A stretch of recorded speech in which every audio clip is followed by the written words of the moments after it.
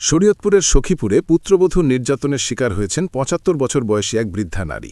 মারধর ও নির্যাতনের শিকার হলেও ঘটনার ৩ দিন পার হলেও তাকে চিকিৎসা দেওয়া হয়নি বলে অভিযোগ উঠেছে।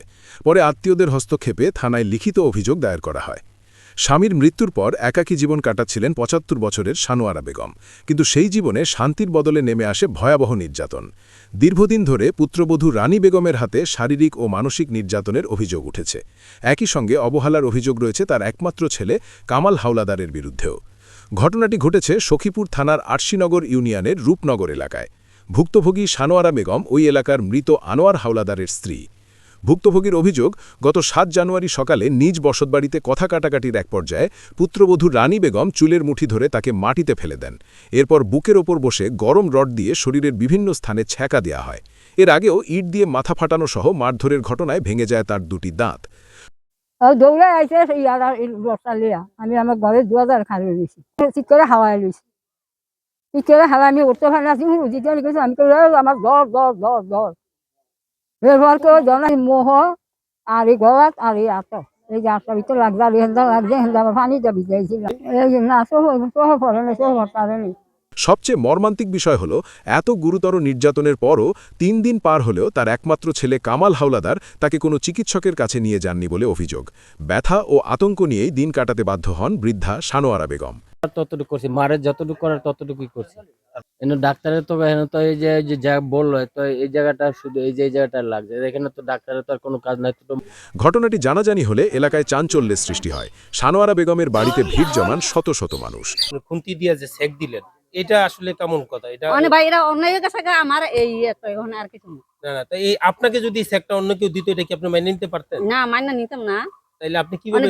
মানে আমার শয়তান কান্দ আইছে, আমি দিয়া লাইছি, মানে না আমি মাথা মানে উস্কাইছি না, আর ইয়ে হইছে দাঁত দুইটা দাঁত করে গেছে গা। পরে খবর পেয়ে সানোয়ারা বেগমের আত্মীয় ছোট শাহাবুদ্দিন মোল্লা তাকে নিজ বাড়িতে নিয়ে যান। সেখান থেকেই তিনি সখীপুর থানায় একটি লিখিত অভিযোগ দায়ের করেন। এরকম ইতিহাস মানে আমি অন্তত দেখিনি। শিখ পড়ছে, শিখ পুরা মানে গাই দিছে, এখানটা একটা, এখানটা একটা, এখানটা একটা, এই 3টা গাই দিছি। তারপর কি কোনো ডাক্তার দেখেন না? কোনো ডাক্তারটা বলতে কোনো ওষুধই বলতে ইয়ে হয় নয়।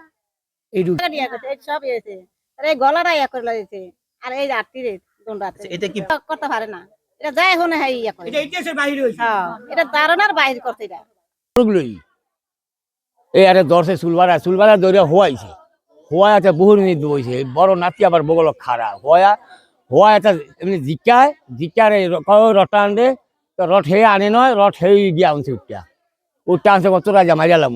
এই হান্দা 2-3 হান্দা 4 হান্দা সেট দিয়েছে আর কি রড দিয়া, বুঝলেন। 500 মাইসের মোকাবেলা দিকে এই মহিলার কাছে একটা মলমনা একটা কিছু না করিয়া এক কথা 2 কথা লাগিয়া বাড়ি দিছে পুতা দিয়া, এই দাঁত দুইটা দাঁত হারাইছে। এর পরে আবার 1 বছর পরে এই এডিলে দরকার জাতি করিয়া আবার দিছে তালুবারে ইট মেলা ফাছিল, বুঝলেন। আমি চাই বিচার, সূক্ষ্ম বিচার চাই। কোনো বিচার তো এলাকায় কেউ করলো না, তারই লোক ছিল মুরব্বী সুরব্বী মিলাই দিলে আমরা পারবো না। এই সকালে থানায় গেছি।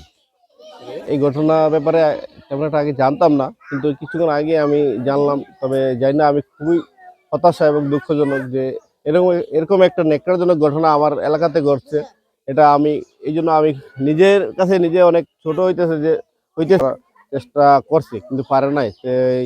তারা নাকি থানায় গেছে, এখন থানার থেকে যেভাবে যে সমাধান দেয় ওই সমাধানটা হলেই বেশি বেটার হবে আমার মনে হয়। সখীপুর থানার ভারপ্রাপ্ত কর্মকর্তা নাজিম উদ্দিন জানান, লিখিত অভিযোগ পাওয়া গেছে, বিষয়টি তদন্ত করে আইনগত ব্যবস্থা গ্রহণ করা হবে। এ ঘটনায় স্থানীয়দের মধ্যে তীব্র ক্ষোভের সৃষ্টি হয়েছে। তারা দ্রুত ভুক্তভোগীর চিকিৎসা নিশ্চিত করা, সুষ্ঠু তদন্ত এবং দোষীদের দৃষ্টান্তমূলক শাস্তির দাবি জানিয়েছেন।